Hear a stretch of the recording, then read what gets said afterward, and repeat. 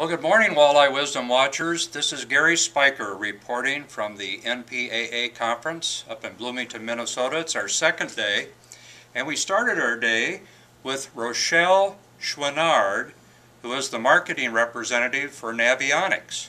And virtually every angler, Rochelle, has got Navionics equipment in their GPS. And thank you for being a supporter of NPAA and for your presentation this morning. And for our watchers, if we could focus in on a couple things that are new that you'd like to talk about, let's do it. Sure.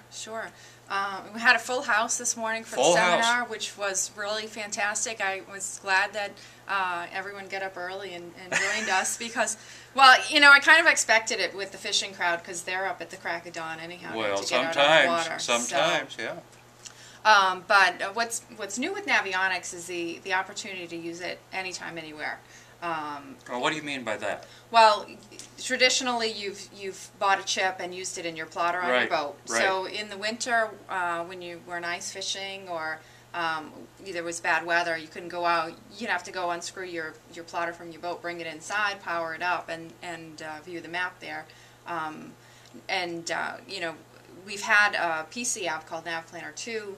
That we've used, which has allowed people to use our products on their PC. On the PC. On the PC. Okay. Over the past couple of years, we've introduced our Navionics apps for iPhones. We continue to grow that part of the market, so you can use Navionics on your iPhone, on iPad, and also on quite a large number of Android phones. You download the app. It's very reasonably priced. How much is it? It's about $9.99. $9.99 for Marine and Lakes, U.S. Okay. $14.99 for to include Canada, and that's both our Hot Maps product, the lake maps, and the marine charts, which cover the coastal waters.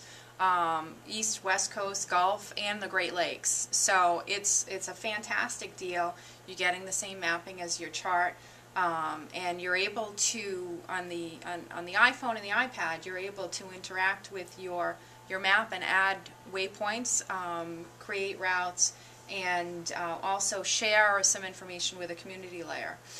That seemed to be a real interest of the members that were here this morning, learning more about how to use that app on their iPhone or their Android system.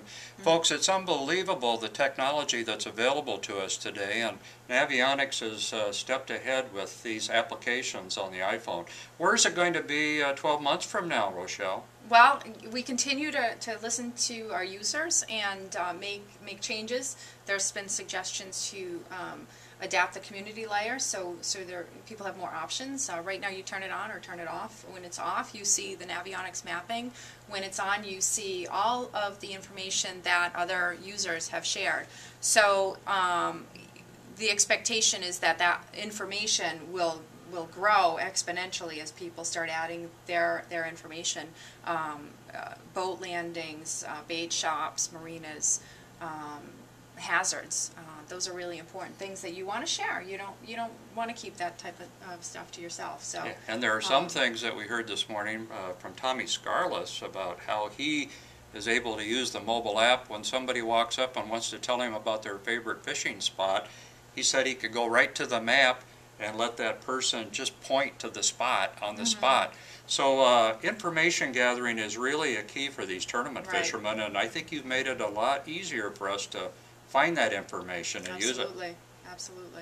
Well, Rochelle, thank you for your time this morning. Gary. And thanks for being a sponsor. And folks, obviously, you listen to Rochelle. She's not from Minnesota.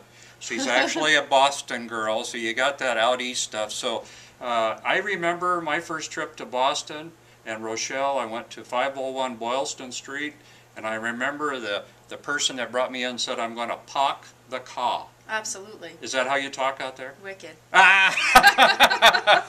Thank you, Rochelle. You're welcome, Gary. See you the next time. Thank you. All righty.